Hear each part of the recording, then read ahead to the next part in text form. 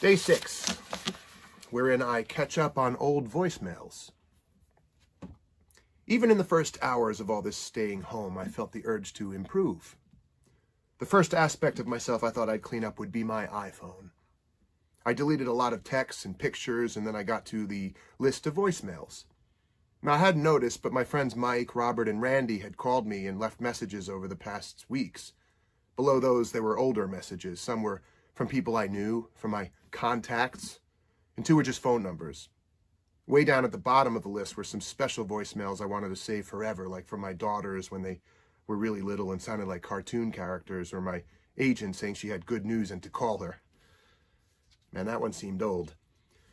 So I started cleaning house, so to speak. First, I deleted Michael and Randy since I'd spoke to them since. I left Roberts because I hadn't spoken to him and thought I'd send him a text. Then I went to the older voice messages, which started in 2018 and went back in time. The names from my contacts were easy to decide whether to erase or not, but the 2 mystery phone numbers, a 347 and a 646 number, I thought I should listen to first. The 347 call from October 2018 was the dishwasher repairman saying he was 20 minutes late. I deleted that. The next one, the 646 number from December 2017, didn't have any voice with it. All I heard was click. So I deleted that too. Then all I had left was Robert. I hit the I for information prompt next to his voicemail notification, and that brought up the option to send a text message. A blank window text came up, and then I think I was distracted somehow, like another call came in, or a text message, or one of my kids or pets screamed, and I can't remember what happened, but I swiped out of the whole thing. I did come back to what I was doing pretty fast, but for some reason the 646 and 347 voicemails were right back where they started on the list. So I don't know why. I started feeling rushed to text Robert back. He called only 5 days ago, but I quickly deleted and got back to the blank text window and wrote, "When this plague is over, you and I hitting the theater and pub." Robert's a playwright too, and we have a long history of going to a play and then talking about it after at a pub. We used to do it a lot before I moved to Queens 17 years ago, but even after that, we managed to get it done a good bit.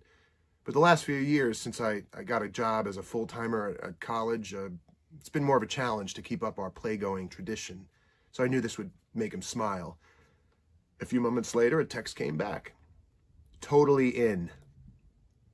Only it wasn't Robert, but rather whoever the unknown 646 number was. Somehow in my distraction and confusion with the deleted voicemails coming back, I texted this person. I had no idea who this could be. "Excellent," I wrote.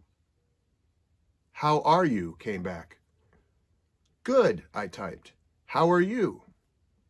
I hoped I'd be able to figure out who this was quickly, even though it couldn't really be someone I knew well, since I try to create a contact for everyone I communicate with on the phone. "I'm same." "Me too," I wrote. "Same old." "How's the fam?" came back. Of course, I didn't know if fam meant me, my wife, and our kids, or my extended fam, like me, my sisters, brothers, parents, so I kept it simple. "Good." Nothing came back for a moment. I started feeling scared. "You and yours?" I wrote. "Everything good, buddy." "Great," I typed. "Your mom and dad good?" came back. I wrote yes, but now I was in real trouble. I couldn't ask the same back. If this person had a dead parent or 2 dead parents and I'm expected to know this, and I asked how they are, I'd be caught. I think it was this reason why I sent such a long reply. I wanted to dodge the question. "Yes, they're still working, but they're good. They say they are following protocol and staying home, but I worry. They seem okay so far!" Exclamation point. "I call them every couple of days. They watch a lot of Netflix. LOL." LOL came back. I kept going. "This is so crazy, right? The whole world is changed. A plague." "Yeah, buddy." My old friend Brian calls me buddy, but he's not the only one. Still, I have Brian and anyone else who calls me buddy in my contacts. This was my only clue other than the person knew I had parents. Both clues were useless. I saw no way out of this. I figured the best thing was to wrap it up and worry about the play and pub date later. Well, glad you're good, I wrote, hoping I radiated a tone of wrapping this up. I was telling my wife some Mark Palmieri stories recently. Now I was really lost. Oh, yeah?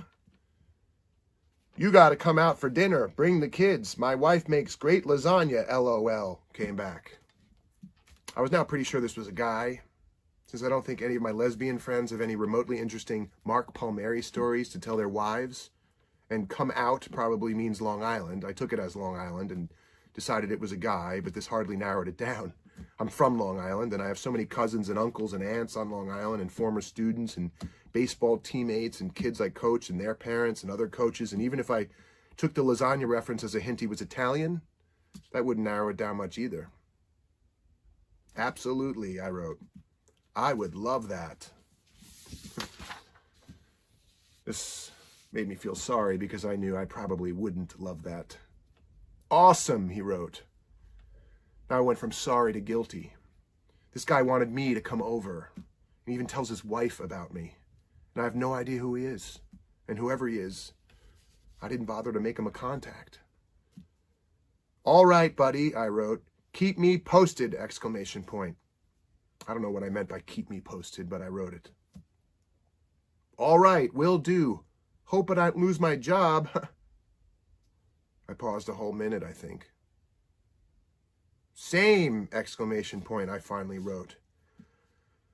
I felt a big relief and thought I'd written a damn good response right then, because when he wrote that he might lose his job, I thought maybe this was the worst conversation I'd ever had in my whole life. And it couldn't get worse. I couldn't get out of it without breaking his heart, which very well may be under a lot of stress right now. I don't think I'll lose my job, but here was a person who might lose his, and for whatever it's worth, he thinks I'm his friend, but evidently I'm not so great a friend, or even a friend at all. Later, Palmieri. Later, exclamation point, I wrote.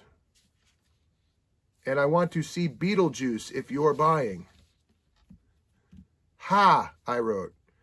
I was pretty sure I wasn't buying. I didn't say I was buying. And that was it. 646 ended it right there. If anyone sees this, of course, and recognizes this conversation, I'm kidding. It's on me. Beetlejuice.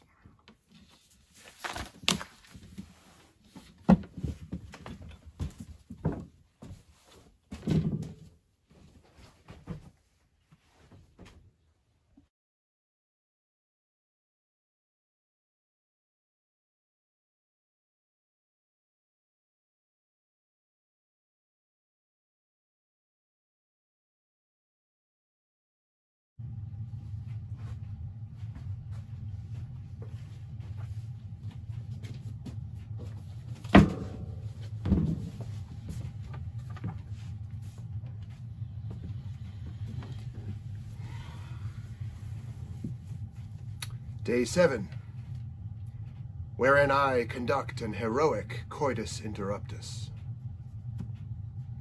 I've read a lot about plague sex. On some news channel they said after this is all past, there will be lots of babies born. Another article actually encouraged everyone to have sex while at home. Yet another, I think it was the New York Post, said Mayor de Blasio wanted everyone in the city to be masturbating. Another article's headline was something like, "These days, you're your own best lover." I was a little surprised they thought this was news. And my wife is very beautiful, and right now we are home constantly. Still, despite being better rested and not having to commute anywhere, and the kids being glued to their Google classrooms or phones for long periods of the day, and wouldn't notice if a truck drove through the house, we just can't find the time or desire to fit it in. While I am also a major believer in onanism, as perhaps de Blasio would approve, there's been none of that either. Maybe that's why I dream about sex so much these days. I think in my dreams over the last few weeks I've done it with everyone in my whole life, even my brother. But I'm a Freudian and believe all that is just symbolism, so I'm not concerned. I also dream about baseball all the time. Last night I dreamed about beating Clemson, giving up only 4 hits. Now that dream isn't symbolic, it's just great old reruns. On the sexual front today, things will continue as they've been. This morning I took an ice-cold shower because last night, without knowing it, having decided I'd vacuum the basement, I seemed to have come too close to the hot water burner and blew out the pilot light. The water chilled all night without my knowing it. This morning my shower was very painful, and while I lathered and rinsed, I danced and cursed and said, "Holy shit!" But the basement looks nice. Despite our situation, some people are managing to get the deed done out there. I know it for sure. I learned this about an hour after my shower. Now, these days it can be pretty loud at home. I've written about how at times it seems like everything alive in my house is shrieking. But by now, I've managed to find in that terrible din a kind of inner silence. The violent waves of noise coming from people, animals, computer screens or phones mesh and merge into a dull hum, unable to penetrate my inner dialogue. In short, I can tune them out. Imagine I'm living alone on a kind of small, cozy boat, only temporarily enduring a rocking, nauseating, beating storm of their noise, and I find a kind of peace in it. But as a parent, I do have a sixth sense of selective hearing, even when on that little boat in my mind. I think lots of parents have this sense. You learn to hear nothing until some key phrase or word arises, then you're all ears and can intervene just in time. You may even first utter half-conscious, "Sure," or "Yeah, that's fine," before you realize what's been said. Then you correct it and say, "Absolutely not!" Now this morning, one of my 2 children was on FaceTime. I had no idea who this kid was, not a usual kid. Very nice, from what I could tell. The interaction certainly gave me nothing to take interest in. I think it was dance or TikTok talk or online class talk about some video game or whatever awfulness. I carried on in my work trying to read a student's paper for my class. Then something caught my ear. The child on the other end of my daughter's FaceTime call said she couldn't find her parents. "They were here a little while ago," the kid said. "Check outside," my daughter advised. "Maybe they went to get food." Okay. I was listening now. I wasn't suspicious of anything at this point, but 2 parents headed off together to a grocery is almost bold these days. People might yell at you. And any situation where someone is missing is a bit suspenseful. It was enough to get me listening. Let's face it, "I can't find my parents" is one of those phrases. Not knowing where someone is in a house is nothing out of the ordinary, however, if she lives in a house. I know my own kids tend to rely on a lazy moan of "Dad" or "Mom" from wherever they may be, expecting us not only to receive those sound waves, but to respond swiftly, even if we are a full floor or 2 away. I don't know why I found this particular case compelling, but I did. As they spoke, I quietly moved a little closer so I could hear everything. "Well, their cars are here," the kid said, looking out the window, I supposed. "So that's good. Maybe they went for a walk," said my daughter. "I don't think so. I was near the door this whole time." My daughter said. "Check upstairs." "Okay. And let me see your house while you go." Now, this was both a search for the child's parents and a first-time tour of her home for my kid. "This is my room," the kid said proudly, and listed the items as she showed the desk, the bed, and the closet. Then she moved to the bathroom.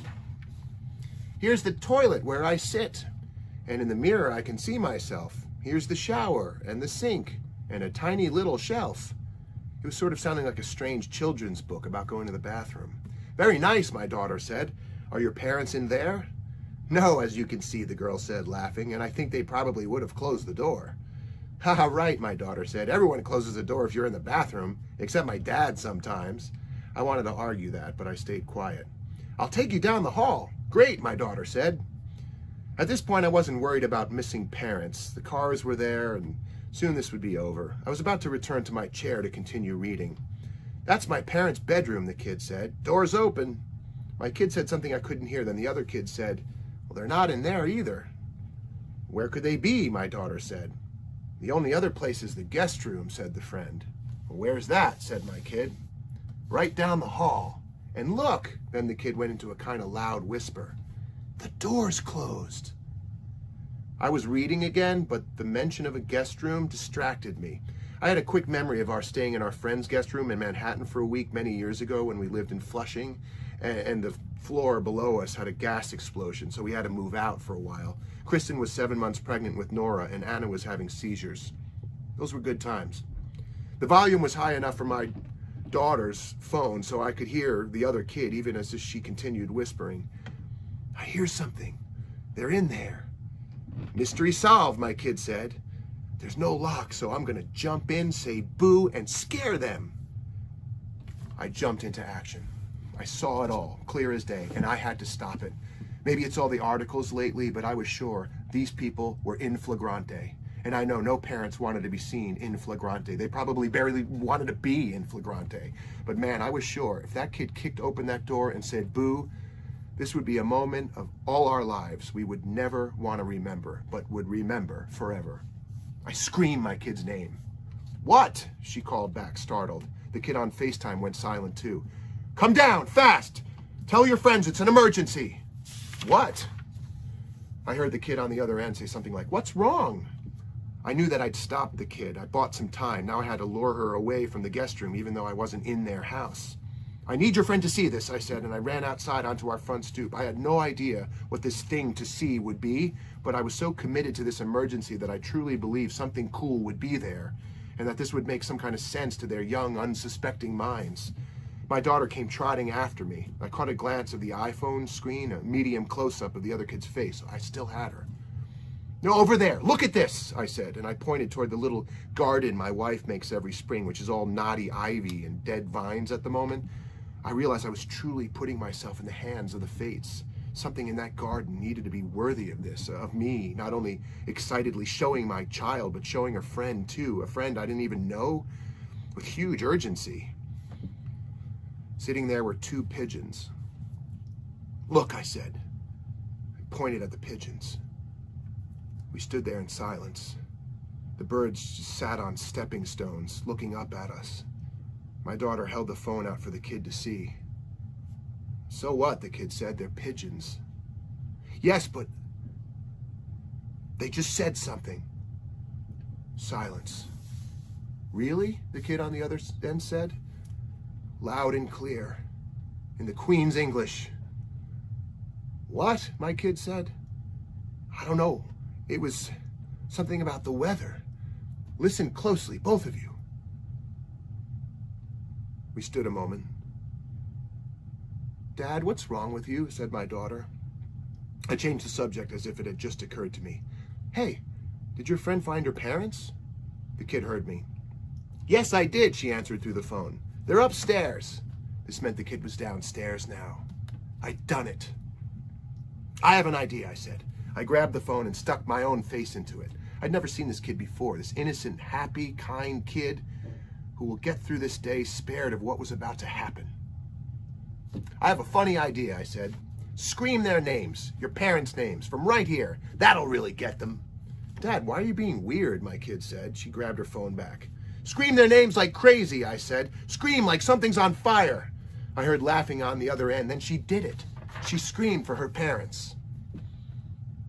I can't say what happened next. The screaming went on, and I knew there was no way those parents would carry on now. They'd scramble out of that guest bed, slap on their clothes, and come running. And yes, of course, I can't be sure. They could have just been simply cleaning the guest room with the door closed, or napping, or just talking in hushed tones.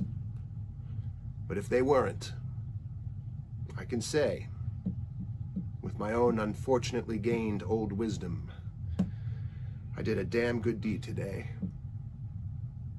And it's not even noon.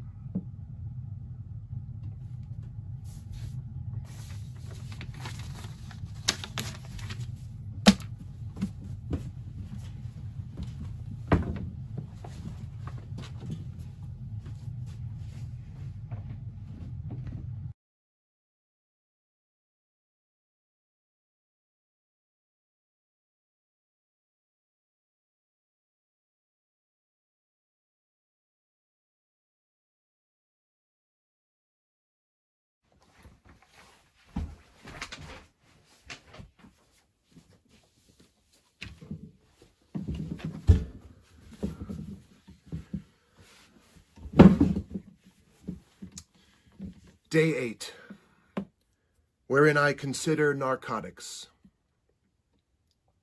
I felt anxiety last night. I couldn't sleep well. It was late and everyone else was asleep.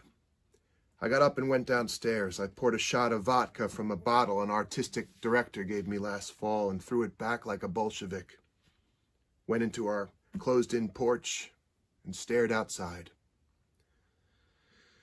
It's hard to tell what's anxiety and what's something else sometimes. I had finished a one-act play Friday and was very excited about it and thought maybe this feeling was all that excitement starting to come down. I also ate 2 huge chicken cutlet sandwiches right before bed, and I thought maybe this feeling was my system saying, if you keep eating this late, you are going to have the fattest face in Queens. Then I thought maybe since I had my eyes on screens all day, I just couldn't shut the lights off in my brain. Then I thought, we're in a plague, so why shouldn't I be anxious and sleepless? It was about 4:30 a.m. A car pulled up next door. My neighbor popped out of the house and ran the drugs to the car and did the deal. It felt good to know other people were awake at this hour. I took another shot. Our neighbors have been in business for many years. It took a good 6 months for me to realize this after we'd moved in 7 years ago, that this was why cars pulled up all the time. I'd make a bad detective. These are hard days for small businesses, but they're doing okay, it seems. They've always done takeout and curbside delivery anyway. Takeout would be when the customer might step inside for a few minutes, then take the goods back to the car, which was often still running in the middle of the street. Now, I guess because of the CDC precautions, the main dealer, let's call him C, has restricted his work to all curbside service. They have 4 generations of their family living in that house. They're all quite polite and good-humored, but for a long time I was frightened and angry to have this next door. I didn't like knowing that my kids would grow up next to it, that strangers would be pulling up all night, and that the family would be there most likely long past us, because every couple of years one of the many people there seemed to have another baby. When we found our house for sale all those years ago, we were thrilled, and we could just barely afford it. We didn't meet these neighbors whenever we visited with the realtor or have it inspected because they're asleep all day, but we did meet other people on the block, and they were very nice. After we moved in, they all told us that for many years the house next to us has not only been host to drug dealing, but also many late-night parties and huge brawls, arrests, and junkies stumbling around the property. I thanked them for telling us. Just a bit late. In my fear and anger, I used to wish that something would drive them out, like an early morning DEA raid. There's been 2 so far. An eviction. I read online that the house is in pre-foreclosure. A fire, only one that stayed isolated on their property plot. Or some Scarface-like machine gun mowdown. That was until I started needing them and asking C for help in emergencies. C is in his mid-20s and always smiling. He's a great-looking guy. They all are, unless they're fighting and yelling red-faced that they'll kill each other. Usually when I see C in the daylight, it's just after he and his girlfriend have had an intoxicated argument in the street or on the sidewalk. Now, by the time I'm leaving to bring the girls to school, they've usually made up and are making out under the tree in front of our house by the street. They smile and say, "Sup, Mark?" I say, "Sup," back and wave. I've kept my hopes up for a great catastrophe to befall them until C proved a hero. We'd gone away on vacation in the summer, and I forgot to tell our friends who were feeding our pet birds about the lock on the inner door. They locked themselves out and couldn't get in with the key that they had. I either had to pay a locksmith a couple $100, or have my friends break a window, or let our 3 exotic birds die a slow, painful death of starvation or dehydration while we enjoyed colonial Williamsburg. I called C because I knew breaking and entering was on his rap sheet. He took a Metro card, and within a few seconds he was inside, feeding our birds and unlocking the inner lock for my friends. I said, "You saved me $200, C." He said, "No worries, neighbor." Then he asked me to lend him $100 the following week, and that I could sell it to him, and that he would give it back in 2 days. He said he had to pay the sheriff. I didn't know if that was a nickname or a real sheriff, but I did send the money. One morning, 3 weeks later, he gave it back to me in cash. He was making out with his girlfriend shirtless when he saw us and said, "Hey, I got your 100. He slipped it into my hand like we were doing a handshake in some deck-a-dime bag deal. The next time C was a hero was when we got home from a trip to North Carolina to see a play of mine, quite late one Sunday in February. I drove down with the girls a day early in my wife's SUV, and she drove my car for a day to work, then flew out of LaGuardia to join us. She Ubered to the airport, but what she didn't know was that she left my car running in front of our house, and in 2 days it burned all the gas, then drained the entire battery. When we pulled up, it was dead as a doornail. C was outside wrapping up a transaction, and he asked if I needed a jump. He went inside, came out with cables and half his family. They pulled their car up and revived my Jetta. I thanked them all, said they saved me, since I had to get my kids to school the next morning. "No worries, neighbor," C said. They all waved and said good night. From then on, I like them all and hope they never leave. As I watched from the porch, as he took the little hop, skip, and jump back to his front door, I wondered if I should send him a text, C, and ask to buy a joint. Maybe I could get high and feel this anxiety slide away. The vodka didn't feel like it was helping, and I really didn't want to have another shot or have a beer, since my face surely had its full of fat intake for the night. I got excited for a moment. I pictured myself sitting on my stoop, chillin', a haze of smoke around me, slowly taking the joint down from my mouth and thinking, but not thinking too hard. It was an appealing vision, but I have had only bad experiences with marijuana. I've smoked twice in my whole life, and both times I got vertigo. Everything in my vision would fall to the left for a whole day. One time, before medical marijuana was legal in New York, friends and I smuggled some edibles in from Colorado to try to help with my daughter's epilepsy. They got me some CBD chews for her, but threw in some high THC stuff for me to enjoy. One night, my wife had a work event, and after I made the kids dinner, I took some of that and turned green and walked in circles for a good hour. My kids got very frightened because I looked so sick. As I made my way up the stairs to the toilet to throw up, they asked me what was wrong, and I told them, "Your father is high on drugs and dying." I recovered, but it took most of that weekend. Now, I had no idea what a joint costs, but I knew I had a 20 in my wallet. I imagined meeting C outside, his hand cuffed with the dope, me shaking his hand with the 20 in it and making the exchange, saying, "Sup, sup." It was the handshake that snapped me out of it. C must have shaken 5 or 6 hands tonight alone, I thought. There's no way he doesn't have the coronavirus on those digits. I just couldn't do it. I'd only insult C if I texted him and said something like, "Hey man, I'd like to buy a joint, but not touch you." So I said forget it and went back inside. So around the time my daughter was having brain surgery a couple of years ago, some friends and a shrink gave me some chill pills to help me get through it, which we all did very nicely.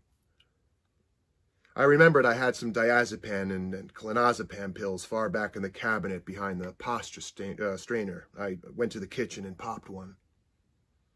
I sat back on our sofa and scrolled through text messages. Had a few text chains of family and friends that I hadn't participated in, like them sharing a funny scene from The Office or a Will Ferrell movie scene where everyone commented on it but me. I also had some other chains I joined, like some parents asking questions about homework and commenting about online learning, and some where a few friends were just asking how everyone was holding up. And I thought I'd catch up maybe on those chains, but then I wondered if it was weird to jump into a text chain at this hour, so I let it be. It was dark, but I stared across the room in the quiet at a Chagall print we got on our honeymoon of a harlequin inside a clock grabbing a woman's huge breast. Another painting on that wall was a school art project of a sort of cubist face by my youngest daughter, Nora. She was in 3rd grade. Her art teacher was beautiful, in her 30s and so kind, and she was dead of lung cancer just a year later. I heard another car pull up. Headlights moved across the room and right over me. I just kept staring at that wall. Soon I could feel the chill pill kicking in, or maybe it was just me finally falling asleep. After a couple minutes, the car pulled off.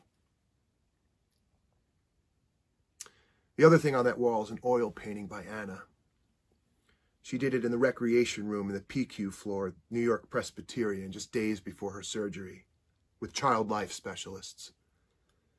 It's a horizon with a pinkish sky, a huge sun over a long green field of colorful flowers and grass. As I looked at it in the dark, a bit of light seemed to be emerging that way from the porch. It's hard to tell if it's sunrise or sunset in that painting, the day's beginning or the day's end. And boy, that made a whole lot of sense while we were sitting there in the PQ.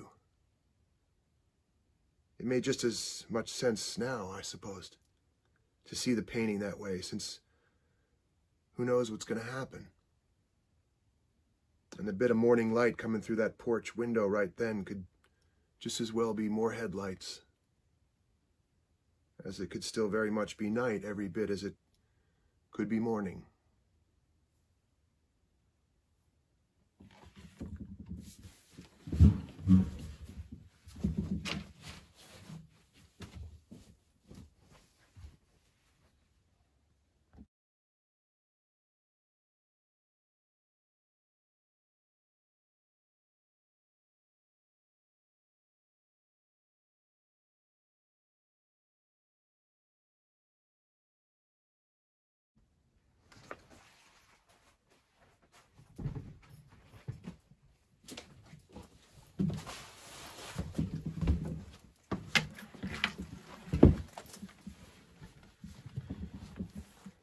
Day 9, wherein I recall the 1990s. I have to stay in our house now, of course, but before all of this, I would try to stay as much as I could in our basement. When this house was on the market, the realtor's ad said it needed TLC, but what it really needed was to be destroyed. It was a mess. Ceilings were falling, the carpet was worn and dirty, and while the water ran okay, the one toilet it had barely flushed. And these were the property's better details. We spent all the money we had, which wasn't that much, plus a home equity loan a few months later on gutting the whole place and putting in a new interior, designed by my wife. And we ran out of money just before getting to this basement, so my wife said that this area was mine to design on a budget of $0. To save money during the renovation, I would work as a laborer with the guys who were renovating the house. I was low in the ranks.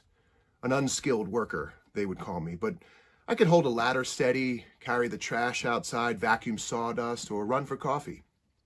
They were macho, strong, and handy guys who knew how to use tools, but I think they liked me well enough after a while. I would speak to them in my 7th grade Spanish, and they always had a laugh and spoke back to me in English. Thank goodness. So one piece of plywood they cut ended up shaped like a perfect little stage with a thin exit, stage left. With that piece and some cinder blocks and curtain rods and a black sheet, some black paint and clip lights, I made a little theater right here in the basement. I named it the Basement Theater. It can stand 3 actors, just like they would in the days of Euripides if you leave out the 15 chorus members. And then I tackled the basement corner beside the theater. I designed that after the great old coffee houses I used to hang out in when I lived in the East Village in the 1990s. I put reading chairs and bookshelves, string of lights, and old lamps on wooden end tables. I've come down here a lot. Whenever life upstairs gets upsetting or I'm in a dark mood, which is almost every day. Now, the older I get, the more I've been convinced that when I was in my 20s, spending hours each day reading in cafes, I had my best, most lively, insightful, and epiphany-prone brain. And since then, I've become convinced it's all downhill. My uncle likes to collect furniture that people throw out. He fixes it up, and then he gives it away. One day he gave me this beautiful, small book cabinet with glass doors. I decided that it would be my special book cabinet in my pretend 1990s cafe in the basement. In it are some major titles, classics, huge works I feel had the greatest impact on my intellectual development. We're talking major titles of the Greeks, the Romans, sacred texts, Dante, Chaucer, Cervantes, Montaigne, Shakespeare, all the way through the biggest names of postmodernism. I had time back then in my 20s, and I had the brain power, and that cabinet holds them all. Now, along with the classics, today, the special book cabinets holds beans and soups and sardines, evaporated milk, and a lot of tuna. Before the plague really hit New York, because I kept up with all the scary news on NPR, I started getting ready for the apocalypse and stored a good 10 days worth of water, toilet paper, and non-perishables in the basement. We'll be fine if the end of the world lasts 10 days. Anyway, in my determination to self-improve during this stoppage of routine, aside from hoping to hell I didn't get the virus, I thought I'd read all my old special books, and revive the past, so to speak. I was very excited to relive the first engagement with the great ideas and stories and literary techniques and creative genius sitting in that cabinet with the beans and tuna. I thought maybe it would repair my 49-year-old brain a little, bring back some youthful power of inquiry long lost to bourgeois trappings. I'd underlined passages and made margin notes, and I couldn't wait to encounter them again. I was most excited to see my handwriting on those old yellowing pages and to meet my young self again in that dimension and have something of a conversation. I started this project last night after playing Cyrano de Bergerac right here on the basement stage. My daughters hung in there for Act 1, but then they went upstairs. I stayed and did Cyrano's great speeches and scenes with Roxanne by myself. Cyrano, of course, has a huge nose, and I thought to myself that my nose, on my fat face, has definitely grown wider and longer since my 20s, which worked well for the acting because I teared up during 2 speeches just thinking about it.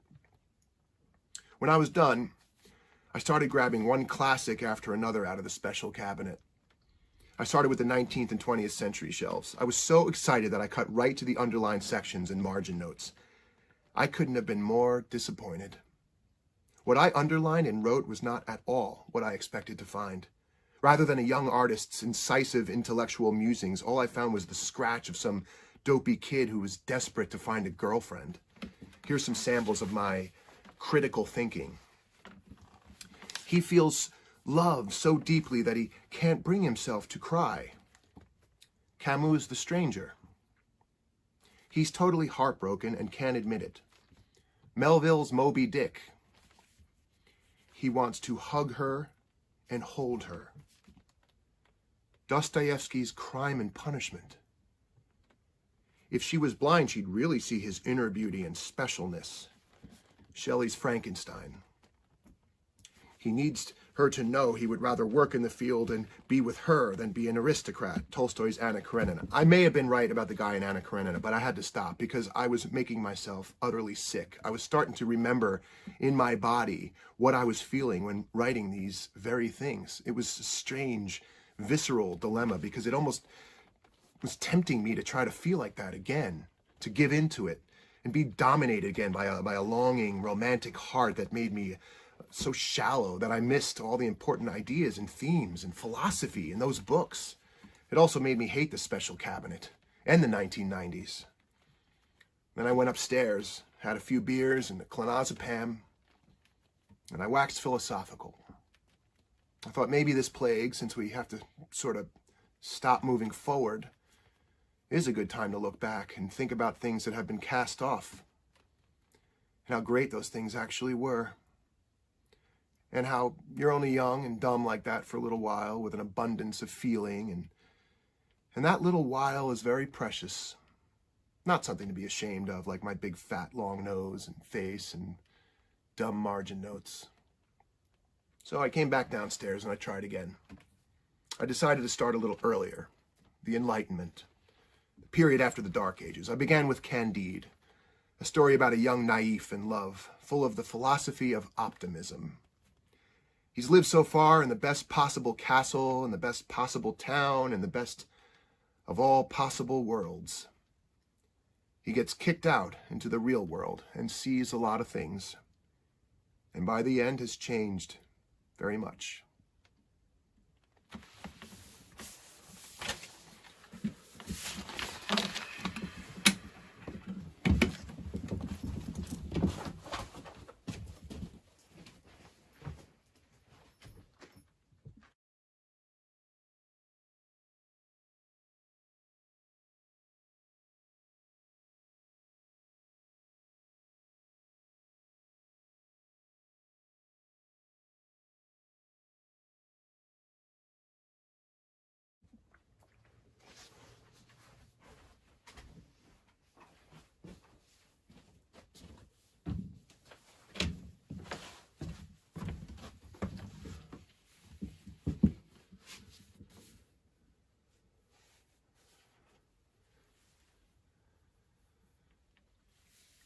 Day 10,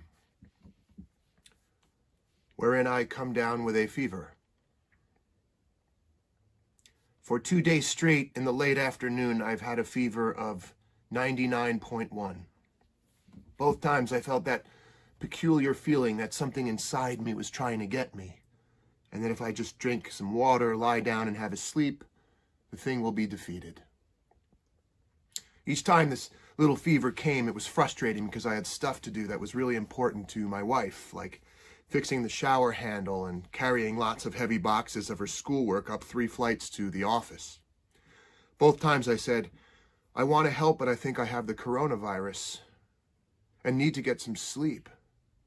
And she said, please help me with the shower handle and the boxes, then sleep off the coronavirus. But I just went to sleep. And both times the fever was gone when I woke up.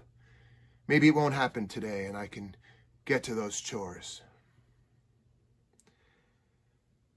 When I felt the fever the second time, lying on my back, staring at my bedroom ceiling, I had to concede to myself that one can never know. I'm torn as to whether to think I really have the virus, but it wouldn't surprise me. I'm in Queens, the epicenter. My kids were in their Queens school late into the heaviest times of the spread, and I had my own exposure to college students on 3 campuses, and while I always washed my hands over the last weeks and wore masks, I still went out for things like groceries, gas, coffee, and beer until the big shutdown order. How could I not have brushed across one of those droplets, as they call them, then rubbed my eye, itched my cheek, or bit my nail, or sucked my thumb, or picked my nose? Just before I drank a glass of water and took my nap, I thought I'd call my parents. They're following the shelter-at-home protocol on Long Island and seem to be doing great. They're in the very vulnerable age group, and I didn't want to worry them and mention my fever, but I felt I needed to hear their voices. Mark! Hey, Dad, how are you? Oh, we're just fine. How's everybody there? He said, upbeat. Dad, I have a fever for the 2nd straight day. Oh, shit, he said. I told him I'd be just fine, and that I'm a fighter. You gotta watch out, Mark. I will, Dad, I promise. Here's Mom. My dad isn't a real phone person. Even if it were good news, he would sound like he was ready to get off the phone as soon as possible, like he was watching an intense moment of a sports game or a movie on television, or he's got something cooking on the grill that can't remain very long without him, and if he stayed in the kitchen where the phone is, the food would just burst into flames. My mom is a phone person, though, and always says hello to me like she's very excited that I called, like I had been out of touch for a long time and far, far away, like in the Middle East or something. Oh, Mark, thanks for calling. Where are you? How are you doing? Hi, Mom. I'm home, like everyone else. How are you? We're doing fine. We're hunkered down and feeling good. Good, I said. Good. How are the girls? She said. Everyone's good, Ma, I answered. I resisted telling her about my fever, but it would have been perfect timing. Well, that's great, she said. Oh, I just hope this all comes under control. It's so scary. It is, I said. So far, my mother said, we're the very lucky. I think I told my father about my fever because I knew it would keep him on the phone a little longer than usual. I wouldn't really tell my mom such a thing until it was something in the past, totally recovered from, where I could show how stalwart I had been in my courage, facing my crisis alone. I don't know why, but every time I talk to my mother, I feel the need to report good news about myself. I'm the oldest of 9 children, and I've read that the firstborn has a deeply programmed need to please the parents, far more than the latter-born children. I felt that usual firstborn urge and started it right up. "Mom, I've been working out every day since I've been home, using rubber resistance bands," I said. "That's good, Mark. Since the girls' dance lessons were canceled, I've taken the tuition money and put it right into the girls' savings." "Mark, there you go. I think we'll get a couple $100 from the stimulus, too." "Well, that's great, Mark. That will sure be helpful," she said. I guess I felt I'd given enough good news. "Well, Ma, I was just checking in to see how you guys were doing and hoping you were still doing okay." "We're all good," she said. "Say hi to the girls." "I will. I love you." "I love you too," she said. "Bye, Mark," I heard my father say in the background. "Call us tomorrow." He doesn't usually say that. I felt a little ashamed for telling him about the fever. Today, hospitals are overflowing with the gravely ill and dying. Body bags are being forklifted into trucks. Some public parks are being turned into outdoor hospitals like on that TV show MASH, and others are being turned into graveyards. Healthcare workers are catching the disease every day. Young and healthy people are dying. Parents are dying, grandparents are dying, people's teachers, old friends, coaches, people they would see on the way to school or work or when they bought coffee in the morning are dying. Jobs are lost, businesses are ruined, schools closed, sports seasons canceled, theater canceled. It's early April, the cruelest month, said T.S. Eliot. Many years ago, in the middle of another April, my grandfather, a staff sergeant in the army, had his company bombed in Germany. They were all his friends, and he was the only survivor. Telegrams from the Secretary of War came to my grandmother's home in the Bronx saying that he was missing, and then saying that he was seriously wounded. For however long, she had to wait and wonder what she'd hear next. Every April, my whole life, I've had a moment where I thought about that. Even while April to me meant things like opening day, spring break, and the end of hated winter. Now, April also means Passover and Easter, of course, days that celebrate very old and sacred stories of very good news. I imagined a couple firstborn sons, thousands of years ago, studying abroad or something, who happened to be in town when those stories happened right in front of them. And they couldn't wait to call their mothers. "Oh, Mark, thanks for calling. Where are you? How you doing?" "Great, Mom. I'm in Egypt, and you'll never believe it. The plagues have passed over." Then the other son. "Oh, Mark, thanks for calling. Where are you? How you doing?" "Amazing news, Mom. I'm here in Jerusalem, and you'll never believe it. The dead can rise again." "That's great, Mark. That will sure be helpful." This is the 10th and final story in my Decameron. Next time I talk to my mother, I think I'll tell her that I thought I'd write a story each day for 10 days during this plague. And that for those 10 days, at the very least, like her, I remained among the very lucky and got it done.